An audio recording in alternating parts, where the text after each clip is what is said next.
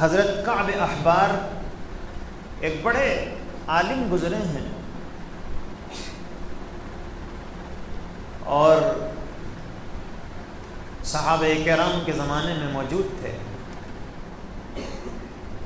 جب وہ کہیں سے گزرتے اور کسی کو قرآن کریم کی تلاوت کرتا ہوا دیکھتے یا کسی کو دیکھتے کہ وہ اللہ کے ذکر میں مصروف ہے تو وہاں تھوڑی دیر ٹھہر جاتے۔ تو کسی نے پوچھا کہ کیا بات ہے، آپ جب کسی تلاوت کرنے والے کے پاس سے گزرتے ہیں تو وہاں تھوڑی دیر رک جاتے ہیں؟ تو کہنے لگے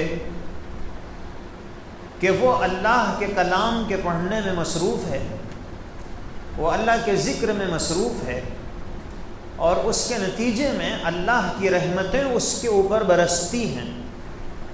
میں یہ سوچ کر تھوڑی دیر وہاں ٹھہر جاتا ہوں کہ اس پر جو اللہ کی رحمتیں برس رہی ہیں شاید کوئی چھینٹا میرے اوپر بھی گر جائے، اللہ کی رحمت کا کوئی چھینٹا مجھے بھی مل جائے، یہ سوچ کر وہاں تھوڑی دیر ٹھہر جاتا ہوں۔